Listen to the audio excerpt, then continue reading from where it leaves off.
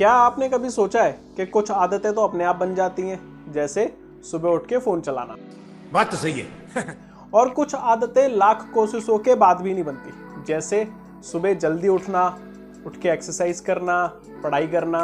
ये सारी आदतें बहुत मुश्किल है। ये भी ठीक है। तो आइए, स्वागत है आपका ब्रेन नरिशमेंट क्लासेस में। और आज की वीडियो में हम बात करेंगे द साइंस ऑफ हैबिट्स, यानी आदतों का विज्ञान। आप सभी को मेरा नमस्कार।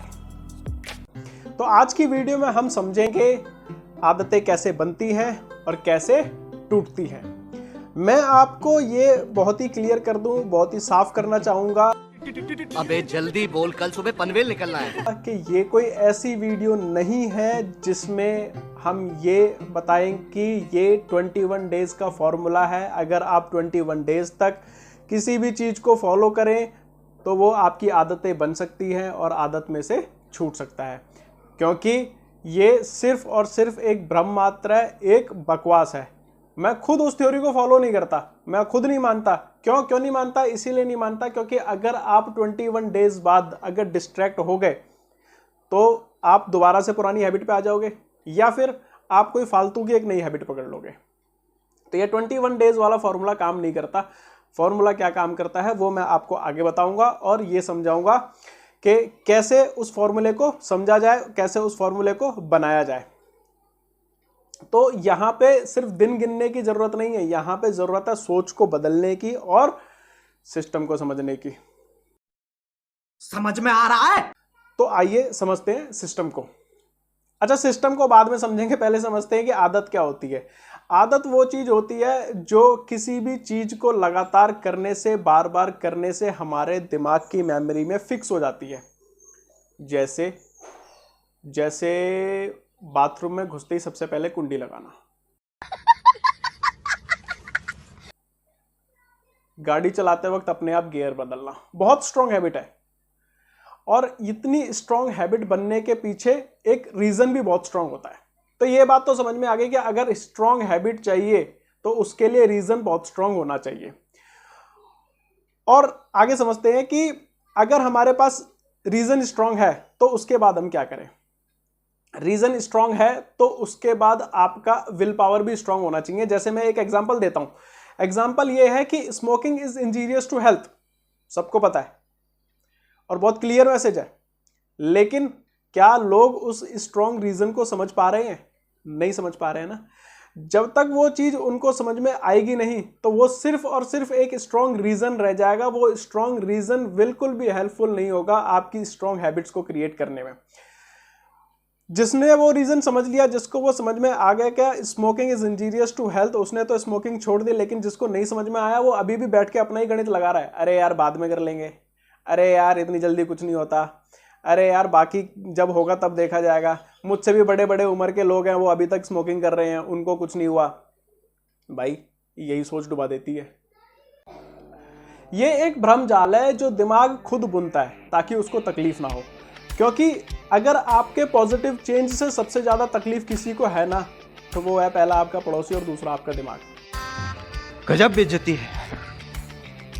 तो चलिए मजाक को साइड में रखते हैं और समझते हैं हकीकत क्या है। हकीकत यह है कि दिमाग को जब भी आप कोई नई और अच्छी आदत पकड़ाने के लिए मजबूर करते हैं ना, वो बहुत रोने लगता है, बिलखने लगता है। जैसे कोई छोटा बच्चा जमीन पे लेट गया हो, उसको लॉलीपॉप चाहिए, वो ऐसे रोने लगता है। दिमाग अच्छी आदत सीखने से पहले इतना ड्रामा क्रिएट करेगा ना, जैसे कि कल कर लेंगे, एक दिन में करने से क्या होगा, क्या जरूरत है करने की, बहुत कुछ सब कुछ तो सही चल रहा है। वो चेंज लाना ही नहीं चाहता बिल्कुल भी। जब वो ऐसे एक्सक्यूज देता है ना, इसको सिस्टम कहते हैं, जिसका नाम होता है इमरजेंसी एक्सक्यूज सिस्टम। जब भी आप अपने माइंड को फोर्स करते हैं ना एक न्यू हैबिट और अच्छी हैबिट पकड़ने के लिए, तो वो इतने सारे एक्सक्यूजेस आपके सामने फेंकने लगेगा ना कि आप कंफ्यूज हो जाओगे, वहीं फंसे रह जाओगे। अरे यार बाद में कर लेंगे, कल ऑफिस जाना है, आज थक गए तो कल ऑफिस कैसे जाएंगे, अगर आज थक गए तो इतना बड़ा टारगेट जो हमने सेट किया है उसको कैसे अचीव करेंगे। फालतू के एक्सक्यूजेस देने लगेगा। किसी लिए देने लगेगा? इसलिए देने लगेगा क्योंकि चेंज से अगर किसी को सबसे ज्यादा तकलीफ होती है तो वह है आपका पहला पड़ोसी और दूसरा है आपका दिमाग।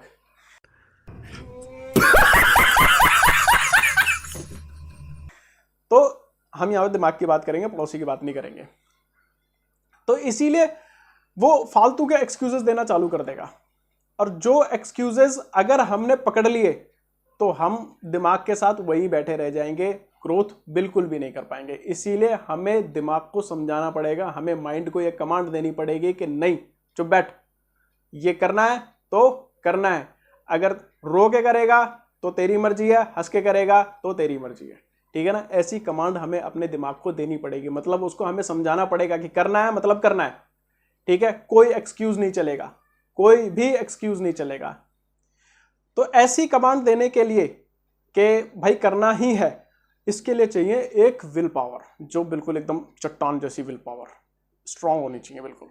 क्यों? क्योंकि अगर छोटी मोटी हल्की फुल्की विल पावर होगी ना तो दिमाग के आगे टिक नहीं पाएगी। जैसे ही दिमाग बोलेगा अरे यार बहुत नींद आ रही है यार, वो थोड़ा सा आराम कर लेते हैं, अगर छोटी मोटी विल पावर होगी ना तो वहीं सरेंडर कर दोगे और वहीं रह जाओगे। एक स्ट्रांग विल पावर चाहिए। तो दो कंपोनेंट्स हमने समझे, क्या? एक ये कि स्ट्रांग हैबिट क्रिएट करने के लिए स्ट्रांग रीजन होना चाहिए उसके पीछे कि क्यों करना है, और दूसरा एक स्ट्रांग विल पावर होनी चाहिए, ठीक है। अगर आपकी विल पावर चट्टान जैसी है और आपका रीजन बिल्कुल ज्वाला जैसा है, ठीक है ना, तो आप स्ट्रांग हैबिट क्रिएट कर लोगे क्या? नहीं, आप अभी भी एक स्ट्रांग हैबिट क्रिएट नहीं कर पाओगे, क्योंकि स्ट्रांग हैबिट क्रिएट करने के लिए अब हम बात करेंगे तीसरे कंपोनेंट की, जो कि है कंसिस्टेंसी।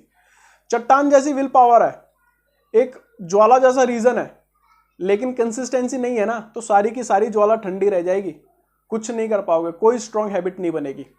स्ट्रांग हैबिट बनाने के लिए क्या चाहिए? हमें चाहिए strong reason, strong will power and strong consistency. लगातार करना है, एक दिन करने से कोई हैबिट क्रिएट नहीं होती, और ना ही 21 दिन करने से कोई हैबिट क्रिएट होती है। अगर हैबिट क्रिएट होती है तो वो सिर्फ और सिर्फ इस फॉर्मूले से, इससे के स्ट्रांग रीजन होना चाहिए कि हम क्यों कर रहे हैं, और विल पावर करना ही है और लगातार करना है, करते ही रहना है, वही हैबिट है।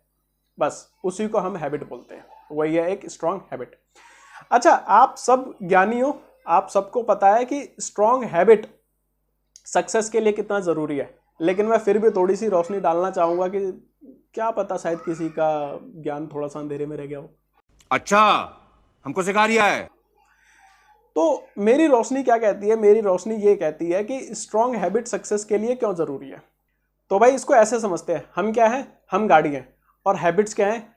इस गाड़ी के पहिए। गुड हैबिट्स यानी गाड़ी आगे की दिशा में बढ़ रही है, बैड हैबिट्स यानी गाड़ी पीछे की दिशा में बढ़ रही है, ठीक है ना। गुड हैबिट्स हमें आगे की दिशा में लेके जा रहे हैं और बैड हैबिट्स हमें पीछे की दिशा में लेके जा रहे हैं। मंजिल की तरफ बढ़ने के लिए हमेशा हमें आगे बढ़ना पड़ता है, तो वो कौन लेके जाएगा? वो हमें गुड हैबिट्स लेके जाएगी, है ना। तो गुड हैबिट्स नहीं है तो आपकी गाड़ी कभी भी चलेगी नहीं और आप मंजिल तक नहीं पहुंच पाओगे। और मंजिल क्या है? सफलता, सक्सेस। आप पहुंच ही नहीं पाओगे जब तक आपके पास गुड हैबिट्स नहीं होगी, आप अपनी मंजिल तक नहीं पहुंच पाओगे। क्यों नहीं पहुंच पाओगे? इसीलिए नहीं पहुंच पाओगे कि अगर आपने बैड हैबिट्स चुनी तो आपकी गाड़ी आगे नहीं पीछे बढ़ेगी, और पीछे कभी भी मंजिल नहीं होती, मंजिल हमेशा आगे होती है, ठीक है। अगर पीछे कोई मंजिल है तो इसका मतलब आप मंजिल छोड़ के आए हो। तो बस बंद करते हैं यहीं पे अपने ज्ञान का पिटारा एक शानदार कोट के साथ। कोट क्या है? सफलता कोई शॉर्टकट नहीं है, ये गुड हैबिट्स की एक लॉन्ग ड्राइव है, ठीक है। तो आप सभी को मेरा नमस्कार, bye bye, tata, see you. और अगर मेरी वीडियो पसंद आई हो तो लाइक करें, सब्सक्राइब करें, और बस इतना ही। Thank you for watching, have fun, keep smiling, keep hustling. Thank you.